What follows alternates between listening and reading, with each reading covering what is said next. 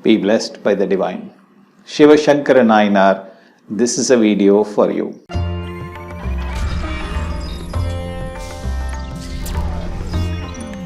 Why do we desire at all? Wonderful question. We seek pleasures. We seek experiences. We seek materials and comforts. We seek relationships in people. We constantly seek something in our life. Why does it happen?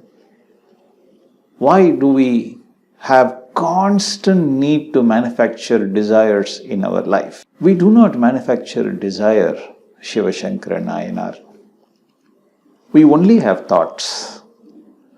Thoughts that motivate us to act on them, or a strong thought, is called as a desire. Please understand this very clearly. Our mind only cognizes, it perceives, it measures the volume, the distance, the time, and the force of every object that it experiences or perceives. Supposing we want to see sunlight or moon rising. There is someone else going in between, or there is a building, or there is a vehicle in between us and that beautiful, wonderful sunrise or moonrise. We quickly judge how long will it take for the car to move, or how long, what is the distance that I need to move away from that building. And if the vehicle is coming towards us, we then try to judge what force is it coming. Should we move away? Should we just stand there?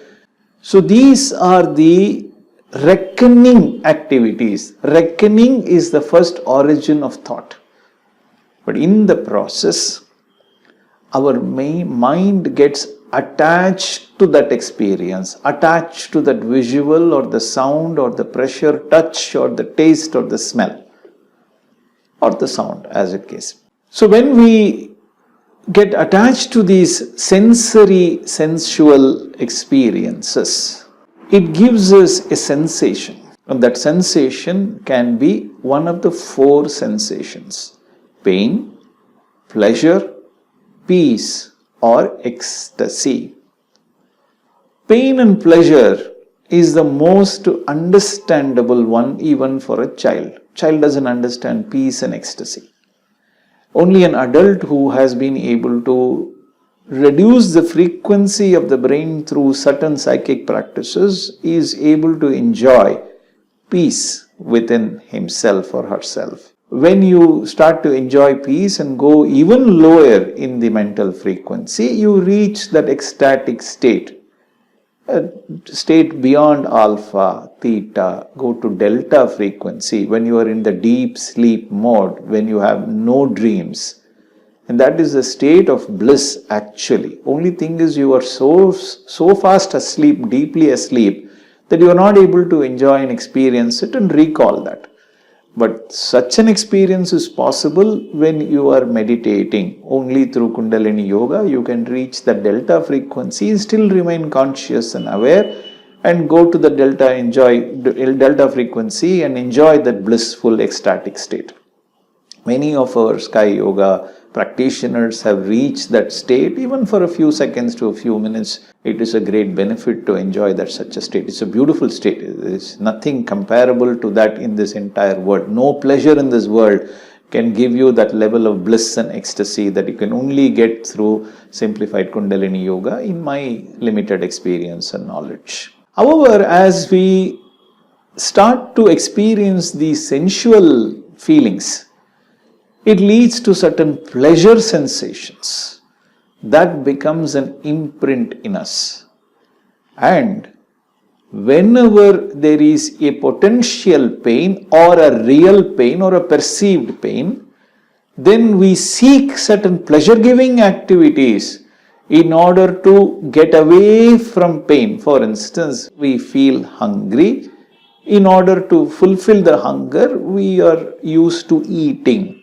But when we get used to a particular type of food that gives us certain stimulations in the mouth or in the smell or the light or the sound or in the texture, the touch sense, the pressure sense, then we get attached to that sensation and say, haha, this is interesting. And our mind gets attached to that interesting food and we seek that type of a food. Hunger is constant.